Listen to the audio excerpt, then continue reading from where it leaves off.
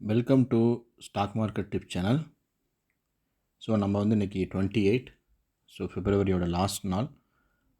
என்ன ஸ்டாக் வந்து நம்ம ரெக்கமெண்டேஷன் பண்ண போகிறோம் அப்படின்னா குமின்ஸ் இந்தியாவும் டொரண்ட் ஃபார்மசியும் வந்து நம்ம பண்ண போகிறோம். ரெண்டு ஸ்டாக்ஸ் தான்.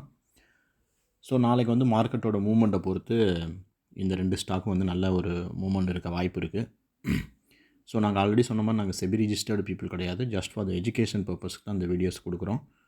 ஸோ நீங்கள் ஏதாவது வந்து இதில் ரியல் டைம் ட்ரேட் பண்ணணும் அப்படின்னா நீங்கள் வந்து உங்களோட ஃபினான்ஷியல் அட்வைசர்கிட்ட கேட்டுட்டு நீங்கள் எந்த டெசிஷன் வேணாலும் எடுக்கலாம். ஸோ ஃபஸ்ட் ஒன் வந்து Cummins India.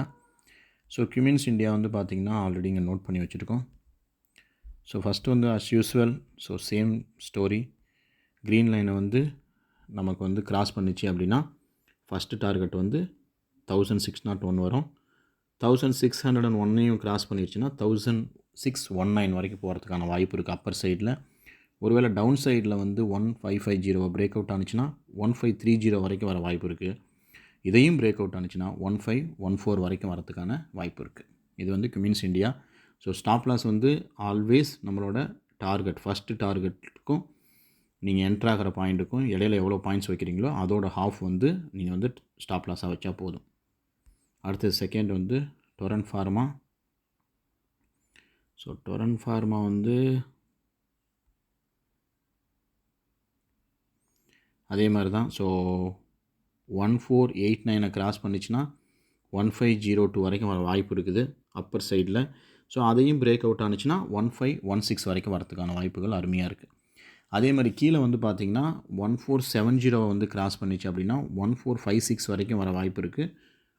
So 1456ஐயும் break out ஆனிச்சுன்னா 144 வரைக்கும் வரதுக்கான வாய்ப்பு இருக்குது டவுன் சைடில் டொரண்ட் ஃபார்மசி. ஸோ இது டவுன் சைடில் வந்துச்சுன்னா கொஞ்சம் நல்ல மூவ்மெண்ட் இருக்கும். ஸோ அதனால் நாளைக்கு வாட்ச் பண்ணி பாருங்கள் torrent pharma. So as usual நான் சொல்கிற மாதிரி தான், எந்த ஸ்டாக் பண்ணாலும் கான்ஸ்டண்ட்டான மணியில் பண்ணுங்கள். அதாவது வந்து இப்போ நீங்கள் குமின்ஸ் இந்தியா வந்து பண்ணணும் அப்படின்னு நினச்சிங்கன்னா 50,000 பண்ணுங்கள்.